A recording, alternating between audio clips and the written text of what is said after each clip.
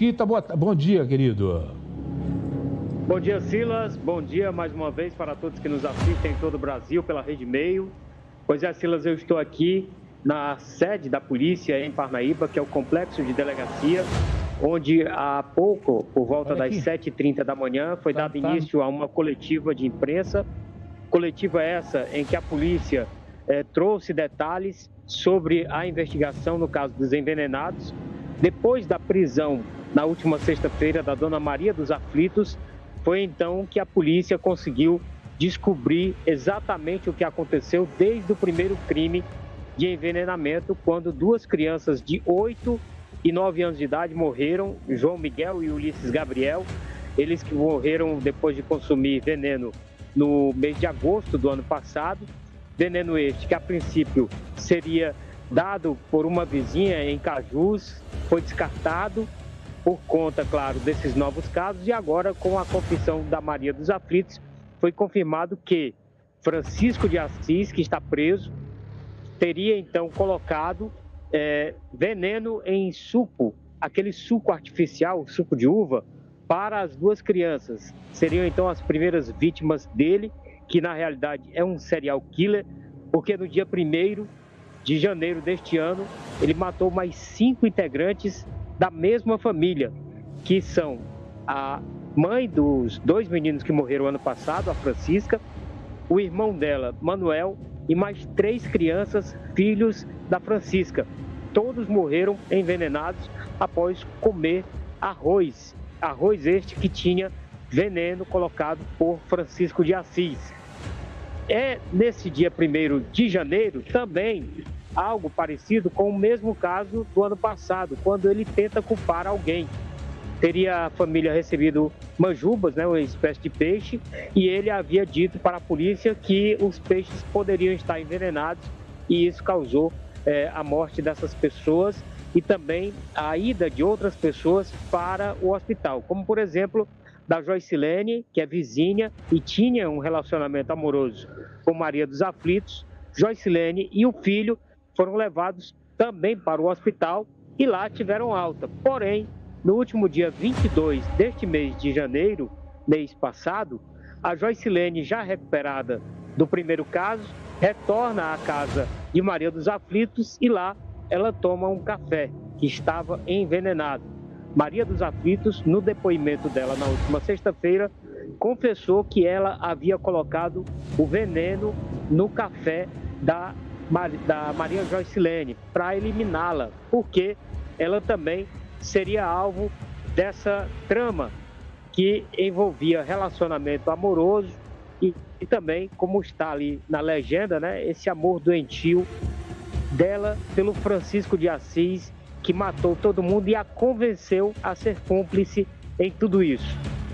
Inclusive, a gente tem depoimentos dados para a polícia, como, por exemplo, da filha da Maria dos Aflitos, que acabou falando para a polícia sobre a situação de ódio do Francisco de Assis para com os filhos dela.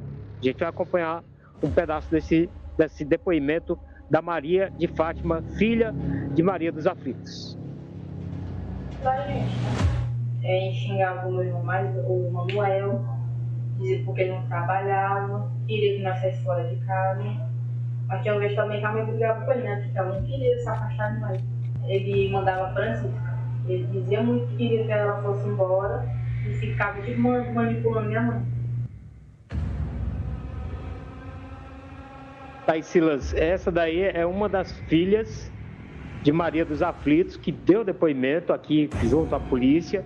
E no depoimento de Maria dos Aflitos, ela fala sobre essa paixão platônica pelo Francisco de Assis, que a levou a ser cúmplice na morte dos filhos e netos, que foram assassinados por veneno dado por ele, Francisco de Assis, nesses 2 casos, tanto do ano passado quanto do primeiro dia deste ano. Acompanhe o trecho.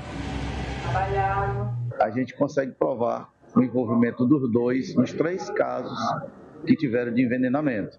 Tanto das crianças, que aconteceu no ano passado, no mês de agosto, como no final do ano, e agora com o desfecho com a morte a única que não era parente, mas a gente acabou descobrindo que existia um relacionamento amoroso entre a vítima e a Dona Maria dos Aflitos. Então, a gente consegue, com essas vastas provas, comprovar, e tem a confissão da Maria. Após a prisão dela, ela conta detalhes, parcialmente, né, não contou tudo, mas ela conta detalhes de como ela fez. E as testemunhas todos indicam que quem deu a taça e o café foi a Dona Maria dos Aflitos.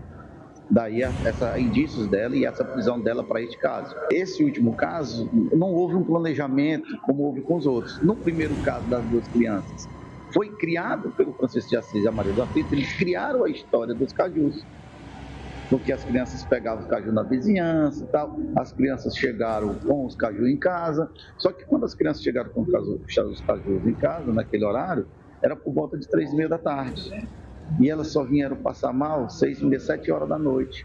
Os homicídios que aconteceram no final do ano levou a gente a fazer um novo estudo do caso passado. Os indícios eram fortes no caso passado, testemunhas, os cajus, a história da pessoa da casa. Encontramos o veneno na casa, que era o mesmo veneno encontrado nas crianças. Foi toda a trama criminosa foi montada pelo Assis, criou a história do caju, porque ele viu a oportunidade e colocou o veneno no suco que deu para as crianças. Então a gente já desmanchou a história, já começou a história do Francisco, a mentirosa. Vale ressaltar que no primeiro momento ele nunca apareceu na cena do crime. Nesse segundo caso aí, possivelmente é uma linha de investigação, da motivação dela foi a raiva que ela teve com a menina. Ela estava cooperando com a polícia, era a única que ajudava em casa as crianças, você está entendendo? E ela, no depoimento, cita que ama o Francisco. E o Francisco também, em depoimento, que só queria estar com ela. E o plano macabro deles era ficar só os dois, porque a família era grande, era um pobre, não tinha como ficar alimentando os outros. Olha a ideia macabra de uma pessoa dessa, desses dois indivíduos, né? E aí conseguimos pegar todo mundo na cena do crime, todas as pessoas que estavam lá. 10 pessoas estavam lá. Das 10 pessoas foram colhidos nas mãos, foram feitas perícias para colher material se tinha veneno. Então todas essas pessoas manipularam a Juscelene para socorrer ela. Por isso que tinha veneno nas mãos, porque manipularam ela para tentar salvar. E os investigadores, fazendo um estudo desses livros, passaram mal, tiveram sintomas de irritação, todos tiveram os mesmos sintomas. De imediato, já foi feita a perícia dos policiais, a gente está aguardando esse último resultado deles, para saber se pelo manuseio, se tinha veneno nos livros, né? O manuseio dos livros, que eram os livros que o Francisco estudava. E nesse livro, a investigação que está nos autos, constata as frases que ele marcava. Tinha um livro lá sobre o médico da época do nazismo, ele dá detalhes de como fazer o envenenamento. E ele risca aquelas frases onde o veneno sem gosto, sem cheiro, a capacidade de matar, a potência, e ele está riscando isso aí, mostrando que ele tinha um interesse naquele tipo de assunto. E aí a nossa única observação é que a polícia demorou muito a chegar nisso. Se a polícia consegue chegar nisso mais cedo, nós teríamos 6 vidas preservadas. As 5 da família e ainda a moça que mantinha uma relação extraconjugal com a matriarca da família. Porque olha só a diferença de tempo da morte das crianças para o dia 31. Foram 5 meses, né? 5 meses que a polícia bateu cabeça, que a segurança não deu bola para o caso e que, infelizmente, nós perdemos 6 vidas. Pois não, Chico? Silas, tem um detalhe também. Dona Maria dos Aflitos, ela tem 10 filhos. Foram eliminados 2 filhos e 5 netos. Se a polícia não descobre, através desse depoimento dela, poderiam acontecer novos casos, já que a intenção dela, junto com o Francisco, é eliminar toda a família para ficarem apenas os 2. Nós tivemos sorte com a confissão dela, porque se ela não tivesse confessado, acredito nós que nós ainda hoje estaríamos beirando aí, né, os erros. Então, infelizmente, ninguém assume seu erro num momento como esse. Porque um detalhe, Silas, que chama a atenção, quando nós noticiamos aqui com exclusividade para a Rede Meio, no dia em que a Maria Joycilene passou mal na casa da Dona Maria dos Aflitos, ela havia tomado café e estava aguardando um mototaxista para pegá-la.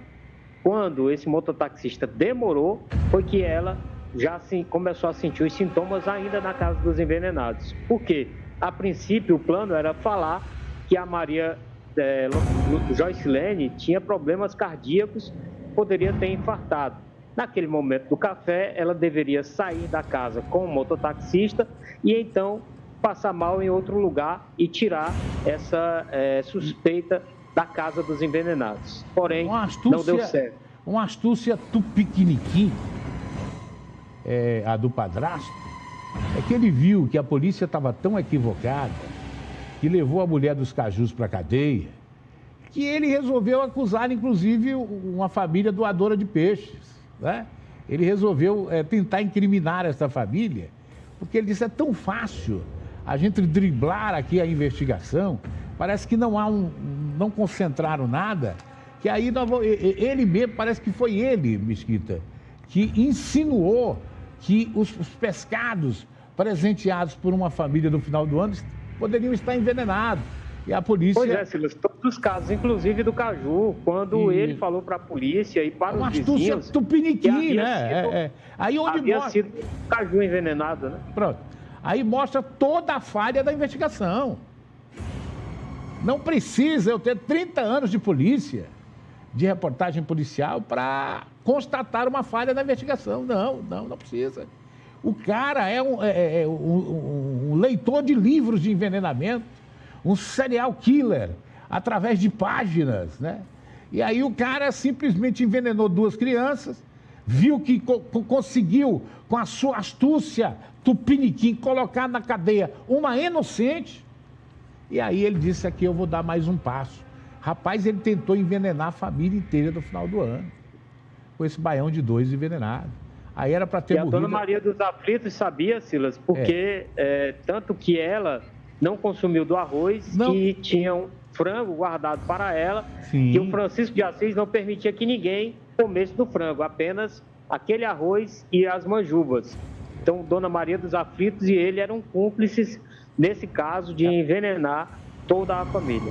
Ela, inclusive, a informação que tem é que ela foi dormir para não consumir o alimento. Deixou o local de consumir o alimento, quer dizer, o cara burlou a investigação de uma forma tão boba, né? Tão boba, que não adianta agora nossos irmãos policiais irem para a televisão e dizer que não erraram. É melhor dizer, eu errei, nós erramos, tentando acertar. Mas essas 6 vidas poderiam ter sido preservadas, sim, senhor. Tá bom, Mesquita? Já você volta com mais detalhes, esse é o assunto do momento.